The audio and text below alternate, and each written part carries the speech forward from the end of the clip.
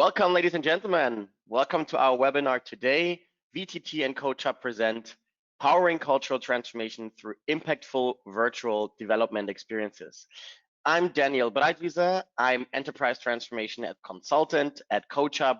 Coachhub, we are Europe's leading company in terms of virtual coaching, powering cultural, digital, and agile transformations all across the globe, with large enterprise companies and enabling to scale virtual coaching to all career levels. Today, I'm here with Sari Ek-Petroff, who is tuning in from Helsinki, Finland. We are very glad to have her here. I'll pass over the virtual mic in a second. Maybe a couple of words about Sari, who is representing also our client VTT. Thanks so much for joining. Sari has a wealth of experience in the world of HR, over 20 years, and has been working, starting off at Coca-Cola and moving on to very exciting companies later on. One of the stops she did for over 12 years was several HR leadership roles at Sanofi. And today she is responsible for the topics culture, learning, and leadership at VTT. And without further ado, I'm gonna pass over the mic to Sari to maybe introduce a little bit about her role and especially VTT and the cultural transformation that VTT has already been going through before COVID as well, so we then can connect the dots to the topic today. Thank you, Sari.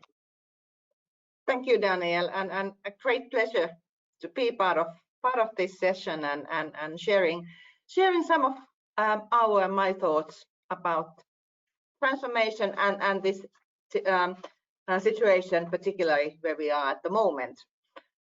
VTT is actually almost 80 years old research and innovation organization, technical research, science to support and help our partners in visionary research, in development, innovation, partnering with global organizations throughout the world. And we actually have a great mission, great purpose, and it is to make the world a better place. Not a small one. Not a small one, no more, no less. To make the world a better place, not just for us, but for our children and our children's children in the future. And that means that we are working in topics like climate action, climate change, energy, resource sufficiency, food without animals, or well, energy, water, plastics. How do we how can we save the seas from the plastics? Good life, aging population. Well, COVID-19 at the moment, we are working on the vaccination part as well. Biotechnology, safety and security, cybersecurity. So a lot of things that everybody is talking about, and we are really focusing on how can we support organizations building the better future in these topics. And we have gone through or we have started our transformation journey almost 5 years ago.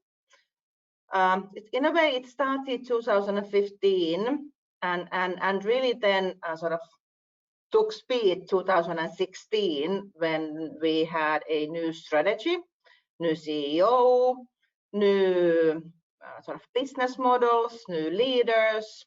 So we really started quite a big transformation at that point, which also meant new processes, new ways of working, a lot of changes in different levels. But one of the biggest ones was really focusing on the leadership.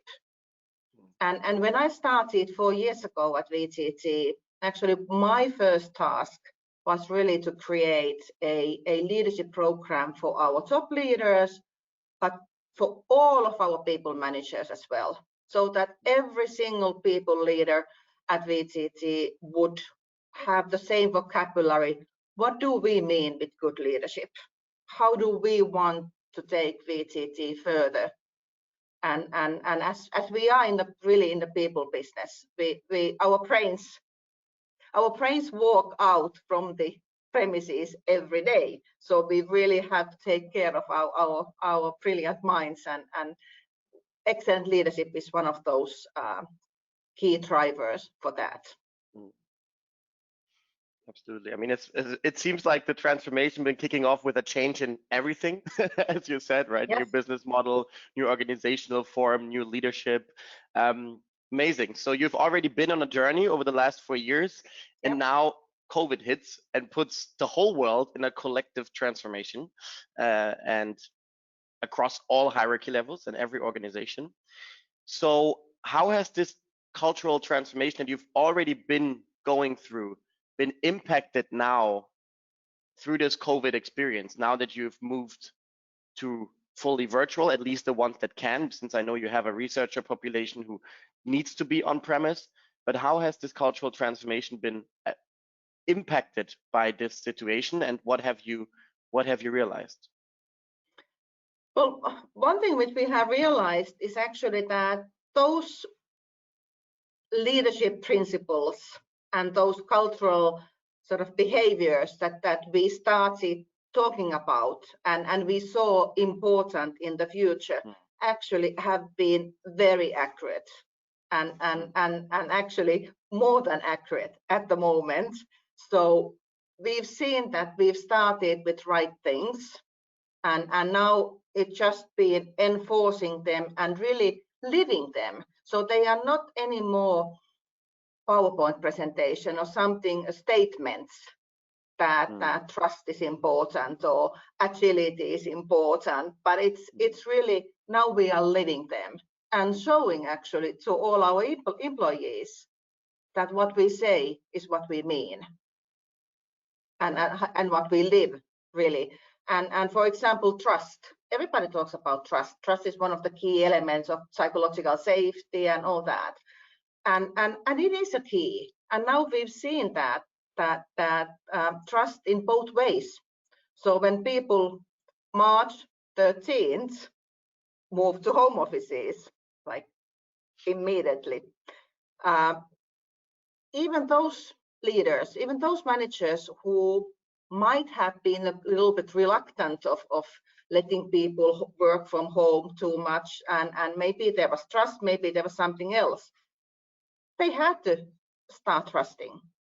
They have to start trusting and understanding that the people I have, the teams I have, they are trustworthy, they do what we have agreed, but actually then also as a leader, I have to be clear. I have to bring the clarity for them, what is expected from them, and not leaving them alone. So really walking the talk with the trust. And also trusting that they make decisions by themselves, they make excellent decisions, and if something is not correct, it's okay. It's also about the psychological safety again. Making mistakes is okay. But then the trust also from the other part that now I believe, and actually our engagement surveys show that our employees, our VTTers, the trust towards leaders has gone up.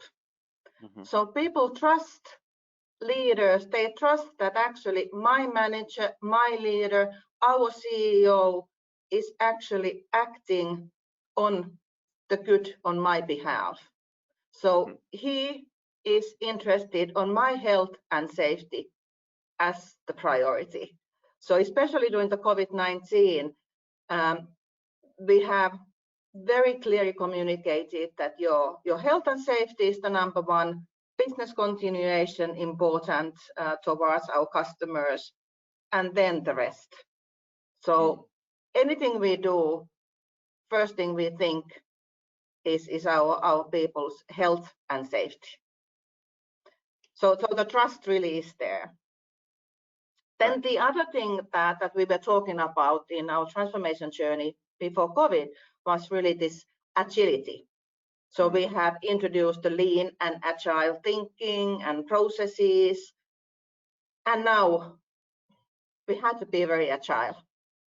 jumping from the office world to the home office and really rethinking how do we do things, how do we connect with our customers when we can't travel, how do Especially we, since you are very research focused, right? I mean, you're not only, but also very project based teams, right? So a lot totally of project based, touch points. totally project based, yes. And with some of the technology is really, you should have to show like, how do you do this? But now we have to really think, well, how do you show, well, virtually, that how to do maintenance for something, or so we had to be very agile. But also a nice example from our own team, from the learning and development team, is that March 13, when everything was sort of cancelled, no trainings on premises, and the whole spring was like clear, and then they were a bit afraid that, well, we don't have anything to do. I mean, are we going to be laid off, or what is happening? And then in 1 week's time, the calendars are full. All our programs for the upcoming spring were transferred virtually. We had negotiated with our partners. We had started to changing the programs into virtual versions. And actually, the spring was busier in learning and development, busier than ever, actually. So very agile thinking, and really, let's try. We don't know how it is. Nobody knows, but let's try. I remember how you mentioned the one story where your learning development colleagues just started to learn how to create courses themselves, right? Yeah. And just went for it. Yeah. Never done this before, but let's try. Awesome. So and trying new tools, because there are plenty of nice digital tools available. Easy access, easy to use. Let's try. For example, for new employee orientation, I mean, we still kept recruiting new employees, and especially summer coming, we have about 60 summer trainees every year. So we decided to offer the summer jobs for the students, even in these times, how to onboard them, how to make the connection, how to make them feel that they are part of the team, even virtually. And actually that turned out to be quite a nice success as well. That is great. So people use the opportunity to also upskill themselves in a way, right? Yep. And to just take charge. And really interesting what you're saying, this connection from the cultural transformation and the change you've been already going through, and then how you see that the work that you've been putting in over the last years has actually yielded in something. Because, you know, as you mentioned, apparently the people actually embraced the new mindset, actually became more agile. And now all of a sudden, it's not just about talking about it anymore, but really displaying this agility, you know, in a lightning speed, and also this trust that you mentioned in others. So that, what you just mentioned, right, this psychological safety, this trust, this working in an agile way, requires a lot of mindset, right? The right mindset, the right behaviors, and especially it requires a lot of inner work, like we see with a lot of clients. There's this great book out there which is called New Work Needs Inner Work, and this is what we see a lot as well. So maybe you could make the connection of how you've went about this inner work and starting with the self of developing people in the first place, and then we can maybe move towards the intervention that you've been using that really go a lot into the psychological and resilience and mental support as well. Yeah. Yes. When we started our leadership sort of transformation and development journey, we realized quite early that the new kind of leadership requires the sort of the hard skills, the strategy and all that, understanding, business understanding, definitely. But it also needs to be more human. We started using word empathy, and we started talking about emotional intelligence and about the more human leadership. And of course, these times during the past 8 months, that's what it has been, really being more human, being empathetic, having the emotional intelligence has been one of the key things. But yes, but then we thought that, well, actually, in order to be a good leader, in order to lead others, in order to lead the business, you have to start from yourself. You have to first lead yourself and understand who you are. So self-awareness became the starting point of developing our leaders, and really taking the ownership of yourself, your behaviors, your development. So taking the ownership also means that I need to know who I am. So we took in the workplace Big Five assessment tool, because of course that is one of the world's most studied, most researched tool. And as being a research organization, I had to justify everything we take on board, also scientifically. The highest standards, nothing else. Yes, nothing else. So we took the workplace Big Five as the basic tool for understanding yourself and understanding others, of course. Understanding that we are different. We have different personalities. That's a great thing, as long as we know then how to use them, how to behave, how to use them in the right way. And that starts from really acknowledging your strengths, but also acknowledging your possible derailers. And we also took the emotional intelligence assessment, EQI 2.0, on board, so that we also, because personality is something you cannot really develop. You have to learn to live with it and that, but emotional intelligence you can develop. So we also wanted to have a tool and an assessment where people see that I can develop myself, and what are the topics and things that I need to develop. So that was the starting point. And then supported by that is that we understood that actually more and more people want to have more individualized learning and development, more to me and not to a big group. I mean, yes, there's always place for group programs, but more and more on demand, whenever I have the right time, whenever I have the need, and to me. And that's why then we enter to other sort of other tools and for example coaching. It is really supporting the individual on his or her development. Great. Yeah, I mean, thanks for making that bridge, and also thanks for setting the ground clear on how you really focused initially a lot on the self, a lot on the, of course, topics like empathy and emotional intelligence you identified as key values, and which now are especially critical right now in this time, but all starting with the self-awareness and helping people understand themselves through diverse assessment and diverse interventions. And then we can now move into what you just mentioned, this individualized individualized virtual yet human development support.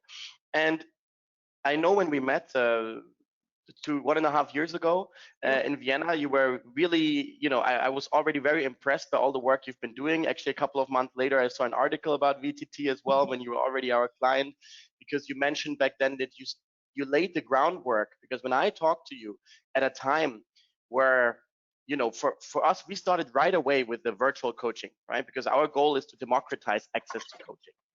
And back then, we were still some organizations, and that's only 1.5 years ago, we're skeptical. Oh, does it even work virtual? This human connection. I remember when I talked to you, there was like nothing like that, right? It was like, oh, wow, great. We were looking for something like this, virtual coaching, great. Because you were already laying the foundation in terms of individualized virtual support when it came to psychological support. Maybe we can spend 1 or 2 minutes to talk about that, the experience that you made, and then venture out into the coaching bit that you're running virtually, and what you have found. Yeah, about 3 years ago, we realized, not just at VTT, but actually it's a topic all over Finland and I think all over Europe, that the especially with high professional specialists, the mental well-being is a key. So mental issues, burnouts on mental reasons are actually causing more and more sick leaves and even early retirements. And we wanted to be proactive in that as well.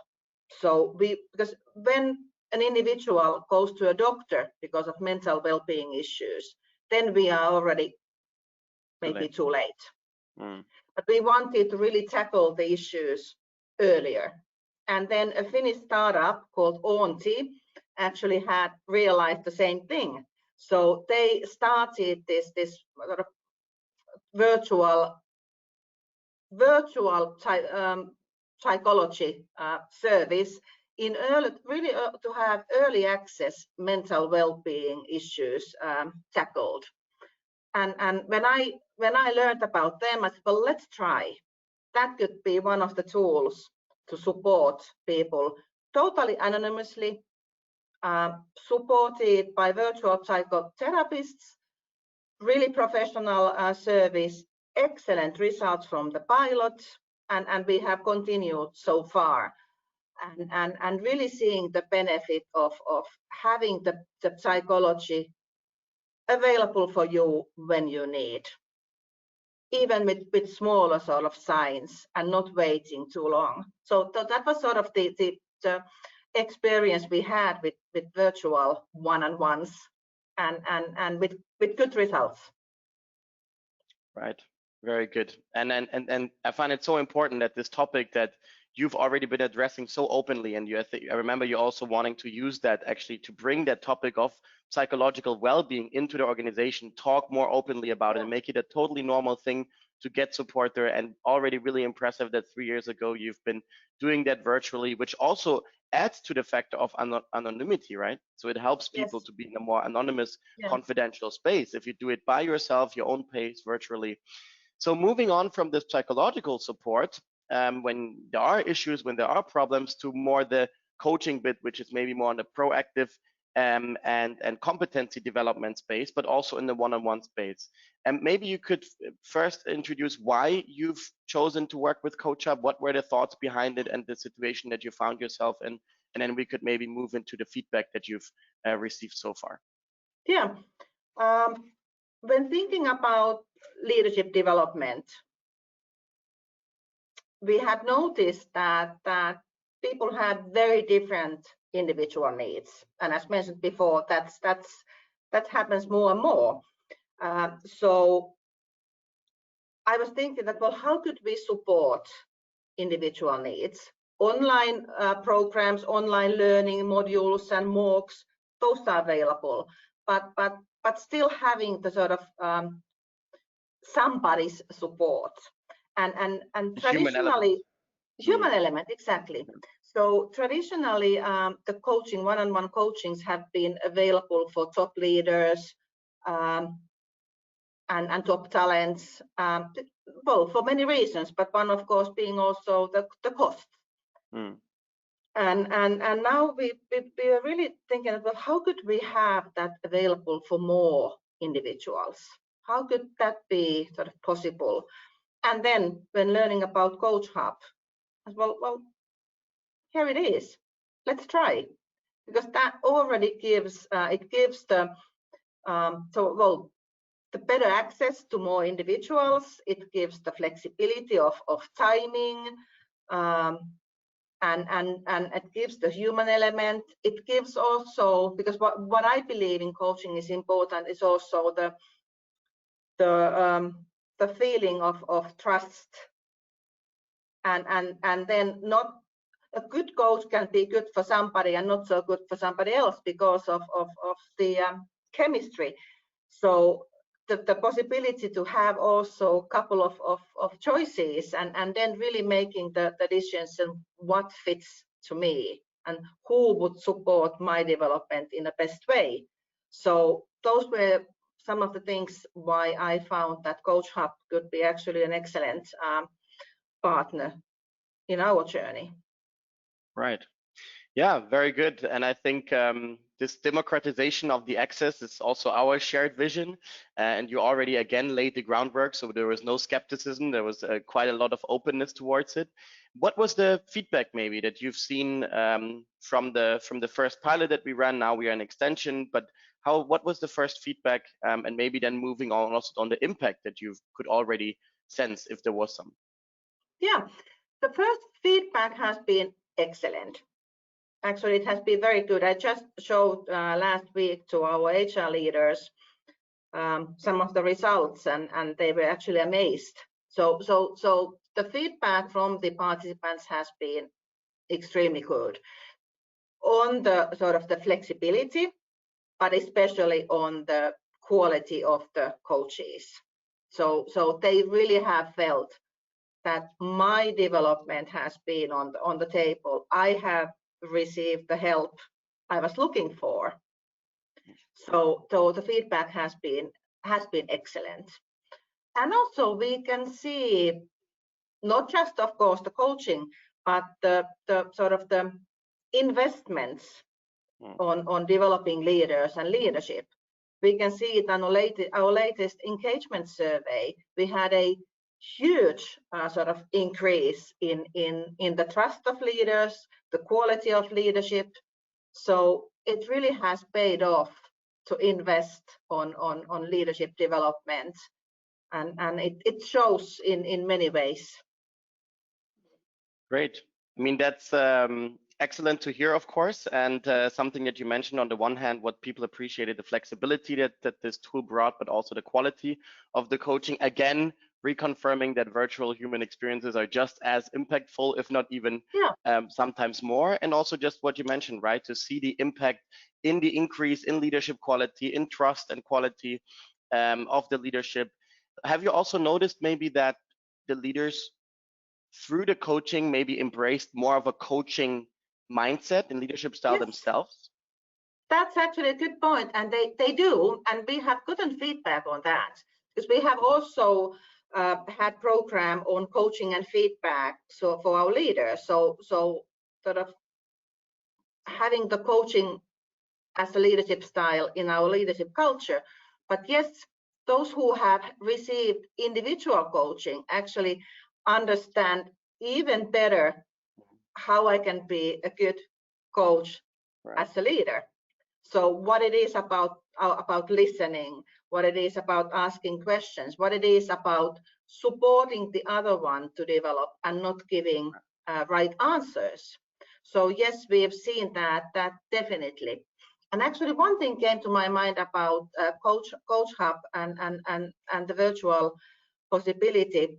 At VTT, we have about 200 sort of employees who are non-Finns, representing 49 different nationalities.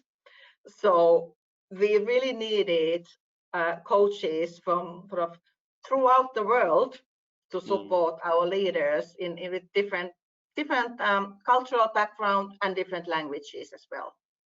Right. Great. Yeah. So the flexibility in terms of matching different profiles, no matter where they are from. I mean, even in Finland, you have different locations. So I mean, the face-to-face model, leaving COVID aside, was also difficult anyways, but also the different nationalities. And I mean, nowadays we have, I think, 1,000 coaches in 60 countries and 50 languages. So I mean, that's the beauty of virtual, right? That we are able to do that and do that with a very high quality. So thank you very much for sharing this. Maybe because we only have a couple of minutes left, and I know we could continue for a while, but there was two questions that I have left. Before we move also into the next steps of VTT, because I'm pretty sure that you've learned a lot, and now you have continuously interesting plans for the future and your strategy. But before that, what would be your advice for people and employees or managers actually in large organizations that do want to also build that, cultivate the trust, build a coaching culture, maybe being open about these, psychological topics and well-being topics, and making this normal part of the day-to-day development, because you are very progressive in that way. So what would be your maybe one or two key pieces of advice? One thing is be brave and experiment. Yes, things can sometimes go wrong, but then we learn from those things. And so being brave and celebrate them even, right? And celebrate failures. Actually, yeah, we do. We have annual gala of failures. The next one will be in January. So we'll be sharing failures from the COVID time and virtual time, I'm sure. But yes, so also sort of embracing failures and embracing the learnings from them, not just the failures, but really what did I learn from it? What did we learn from it? Being brave, giving it a try, letting go the thinking that, well, this cannot be done, or this is too difficult, or I mean, there are always people in the organization who are brave enough and willing to be a pilot group, or so I think that's one of the things. And then of course sharing experiences. I think in the mental thing, as for example, even though we said it's totally anonymous, we have had individuals who have openly shared their experiences and how it has helped. So whatever and however it is possible, but also sharing good examples, good sort of experiments, and not hiding them, but really letting people know. And I think that's also builds the sort of the community, and that's probably the one other thing is what I would say. Great. So I mean, be brave, let go of the thinking that things are too difficult, you know, try it out, celebrate even if it's a failure. And also what you mentioned, and I think what it's so oftentimes we hear it, okay, I'm not sure if there will be anyone, if we can try this. And then in the end, it's not necessarily what you just mentioned. There will always be people brave enough and want to try. But most importantly, if you think it's a good idea, there's probably people who don't just are brave enough, they would love to try, right? I remember when it was about, you know, finding the people for pilot groups through your HR business partners and colleagues. They were all like, oh, great, you know, we have quite a lot of people who want to do it. So, I mean, it's very often positively connotated and not negatively. And then the last piece, what you said is really, really, really important, especially about these topics of coaching, of psychological support, of generally talking about your development. Really share, you know, we have a lot of clients who publishing blogs. I know you've been writing that as well, in your intranet, in trainings, in the leadership meetings, communicate about it, because otherwise there will still remain a stigma. But if you turn it into a strength, exactly, then you can definitely go for it. Perfect. And then now wrapping up, what's next for VTT? Maybe if you could just give us 1 or 2 minutes on what's the outlook before we wrap up. Well, thing is that we never stop learning. We never stop going further. And one of the things is that in our values is one step ahead. So we really want, whatever we do, we want to be sort of proactive. We want to show the way. And we have now started a quite big project called New Work at VTT, where we really are looking proactively at what would the new work look like after COVID, but not just because of COVID-19, but really the world will change. And instead of sort of waiting what will happen, we want to create that.